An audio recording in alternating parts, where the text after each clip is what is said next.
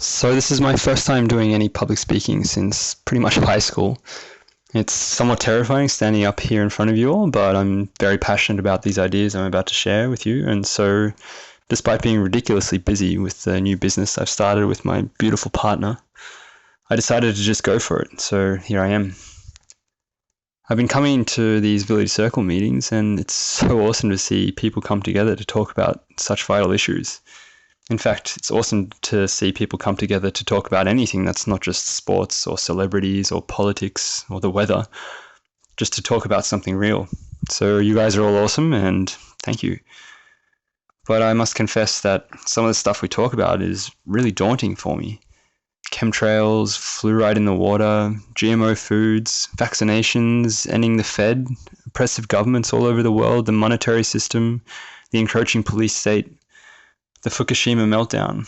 There's so much stuff going on, and even though I try and keep myself well informed, but especially with so much conflicting information, it's often hard to know just what to think, let alone know what to do about it all. But I think all these topics have a common thread, and that thread is freedom. So tonight I'd just like to talk for a few minutes about an even more basic freedom. Maybe it's one of the most fundamental of all.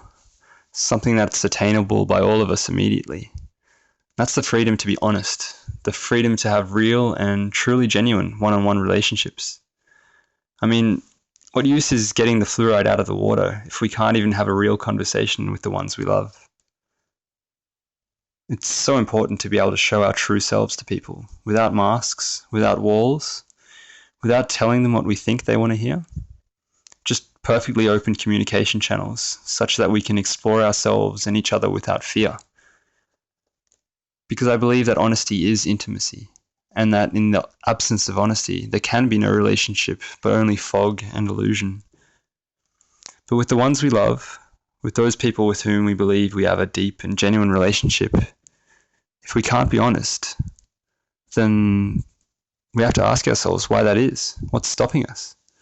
Are we afraid of how they'll react? Afraid that they might judge us in some way?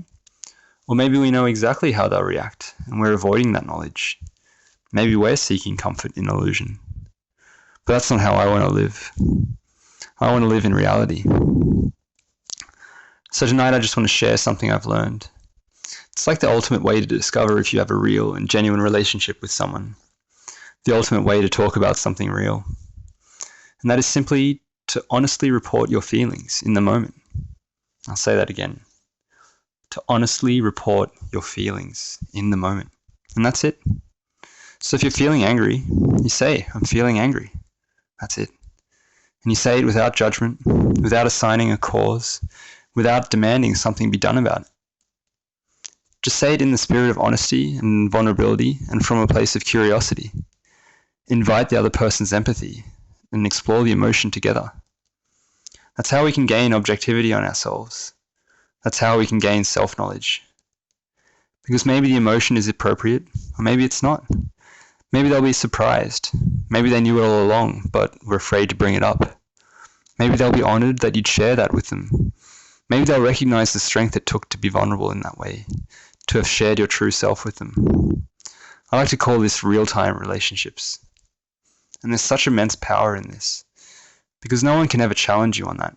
No one can dispute how you feel inside. And if the person you're talking to has empathy and is genuinely interested in you and your well-being, they'll be curious and ask why.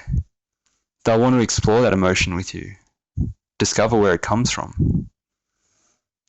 Because I believe relationships are like celestial bodies orbiting one another. But there's no such thing as a stable orbit, and either we're getting closer or we're drifting apart. And in a universe of constant change, there is no standing still. Either we grow together or we grow apart. Either we evolve or we dissolve. So it's a matter of putting your feelings out there, which can often be a scary thing, especially for us men who are so often taught that being strong means hiding our emotions. That's wrong. Hiding emotions is a weakness, and we should never need to hide our emotions from the ones we love. And it's so important to do this in the moment as the feelings begin to arise, because whatever we don't express will end up getting repressed And eventually, as time goes on and the pressure builds, there'll be an emotional explosion which serves no one. Of course, it's easy to tell someone you're feeling happy or feeling good, but to tell someone you're sad or depressed or angry with them, it's not so easy. Carl Jung once said that all dysfunction is the avoidance of legitimate suffering. So don't hide your suffering. Let it free. And that's why it's so vital to teach children about emotions, particularly to give them names for emotions so that they can express their feelings with their words rather than having to act them out. To give them the ability to tell us they're angry or frustrated instead of having to throw a tantrum. And sometimes we don't know how we feel, or we're confused, or we don't know what to say, but it still applies. Because it's okay to say I'm feeling confused, or I don't know what to say, or I'm scared, I'm angry. And to be open and vulnerable enough to explore the reasons why. And of course, all this comes back to my highest value, which is self-knowledge. Like the famous inscription in ancient Greece at the oracle at Delphi, know thyself. And that takes empathy and a deeper connection with one's true self. Who am I? How do I feel? And why? Finally, let me just say that we don't know everyone we meet in total honesty. And when the person at the checkout at the servo asks, how are you? There's no obligation to be 100% honest. As my favorite living philosopher likes to say, the truth is not a sword to be drawn at all costs. But please, please, be honest with the ones you love. Share with them your true self. Remember that honesty is intimacy, and it's the best way to grow together. Have empathy and encourage it in others by being curious about them. Know thyself. And above all, know thyself. Thanks all very much for listening. Much love to you all.